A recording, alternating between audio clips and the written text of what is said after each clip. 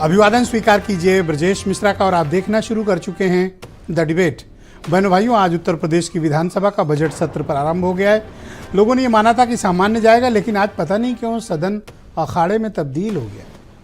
मुख्यमंत्री योगी आदित्यनाथ ने समाजवादी पार्टी पर बड़ा भीषण आक्रमण कर दिया। कहा ये डबल स्टैंडर्ड, दोहरा चरित्र वाले हैं, ये अंग्रेजी का विरोध करते हैं और उर्दू सम्मिलित करना चाहते हैं। सदन की प्रोसीडिंग में कठमुल्ला और मौलवी बनाना चाहते हैं। अपोजिशन महाकुंभ को लेकर योगी सरकार को घेरने की कोई भी कोशिश छोड़ नहीं रहा है, बल्कि घेराबंदी उसी विषय पे कर रहा है। क्या हुआ है सदन के भीतर और राज्यपाल अपना अभिभाषण पूरा क्यों नहीं कर पाई और सदन हंगामे में तब्दील क्यों हो गया? आज चर्चा इसी विषय की। बहनों भाइयों, उत्तर प्रदेश के विधानसभा की कार्रवाई को देखना बड़ा दिलचस्प होता है। पूरे देश की विधानसभा एक तरफ, उत्तर प्रदेश की एक तरफ। यहाँ देखने में बड़ी दिलचस्पी होती। 11 बजते हैं तो लोग असेंबली लगा लेते हैं देखने के लिए कि वहाँ हो क्या रहा है। आज उत्तर प्रदेश की असेंबली का बजट सत्र का पहला दिन था। महाकुंभ का हादसा, उसके बाद के ट्रैफिक जाम और सरकार को घेरने के लिए विपक्ष बहुत ढेर सारे मुद्दे लेकर आई थी। उन मुद्दों के बीच सुबह 10:15 बजे से ही धरना प्रदर्शन का सिलसिला शुरू हो गया और इस सिलसिले के बीच समाजवादी पार्टी के तमाम विधायक विधानसभा के बाहर एकत्र थे, परिसर में भी थे और विरोध प्रदर्शन कर रहे थे। लेकिन उसी बीच एक बड़ी अनोखी तस्वीर दिखी समाजवादी पार्टी के विधायक अतुल प्रधान की। अतुल प्रधान बेड़ियों में जकड़े हुए थे, जंजीरों में जकड़े हुए थे। लोगों को ये लगा कि अतुल प्रधान को इस तरह से क्या कौन पकड़ कर लाया है। आप तस्वीर देख रहे होंगे। पत्रकार हैरत में थे कि हुआ क्या। तब पता चला कि उन्होंने टी शर्ट पे लिखवा रखा है वो अमेरिका से जो भारतीयों को बाहर निकाला गया, उनको चूंकि बेड़ियों और जंजीरों में लाया गया, तो प्रतीकात्मक विरोध करने के लिए अपने गले में जंजीर और बेड़ी डालकर अतुल प्रधान पहुंचे। मामला बड़ा दिलचस्प था। उसके बाद सदन में बवाल हो गया। दरअसल यूपी की असेंबली में स्पीकर ने एक नया प्रयोग किया है। इसमें कोई दो राय नहीं है कि सतीश महाना उत्तर प्रदेश की असेंबली का गौरव को बढ़ा रहे हैं नित नए प्रयोग करके, और वो संसदीय प्रणाली को उन्होंने मजबूत किया है। इस मामले में सतीश महाना की सार्वजनिक सराहना होनी चाहिए कि उन्होंने संसदीय लोकतंत्र में उत्तर प्रदेश की असेंबली को एक गौरवपूर्ण स्थान दिलाया। उन्होंने किया क्या कि अवधी, ब्रज, भोजपुरी, जो भी हमारी रीजनल बोलियां हैं, अलग अलग इलाकों में बोली जाती है, उन्होंने सदन में अलाउ कर दिया कि विधायक इस पर अपनी बात रख सकते हैं। हम इसको रियल टाइम ट्रांसलेशन भी करा देंगे। इंग्लिश भी उन्होंने सम्मिलित किया।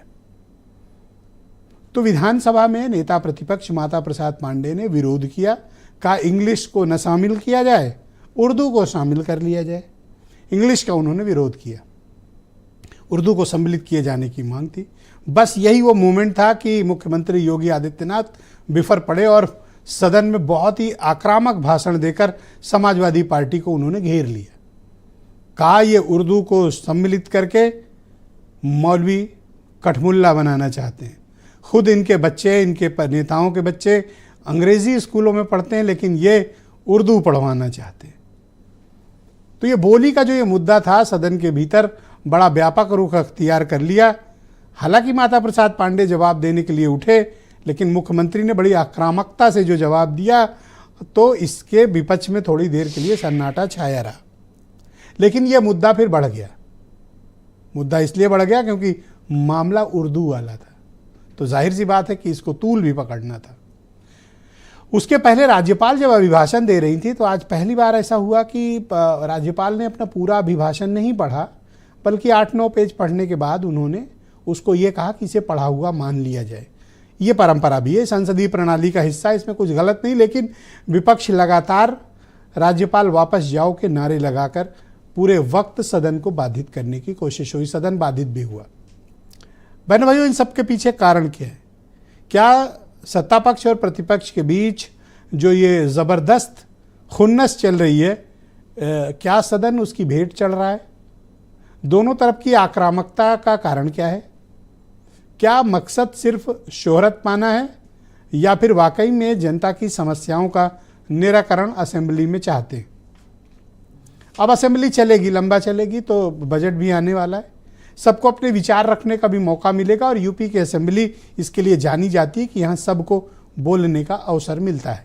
हम देखेंगे आने वाले समय कि बजट सत्र में इस बार क्या माहौल रहेगा। तो आज हम इस पर सम्मिलित चर्चा करेंगे कि इन सब चीज़ों के पीछे के कारण क्या है। आप कुछ स्टेटमेंट सुन लें, फिर आज की डिबेट को हम आगे बढ़ाएंगे। अपने बच्चों को ये लोग पढ़ाएंगे इंग्लिश स्कूलों में, और दूसरे के बच्चे के लिए अगर वो सुविधा सरकार देना चाहती है, कह देंगे उर्दू पढ़ाओ इसको, यानी उसको मौलवी बनाना चाहते हैं, अब्दुल्ला पर केस को ले जाना चाहते हैं। ये नहीं कर सकता। बात थी कि ये बोला कौन जाए, तो हमने सुझाव दिया भाई उर्दू भी लिखा लो और संस्कृत भी लिखा लो, सब बोल रहे हैं जिसमें जिसको। तो वो उनका अपना एजेंडा था।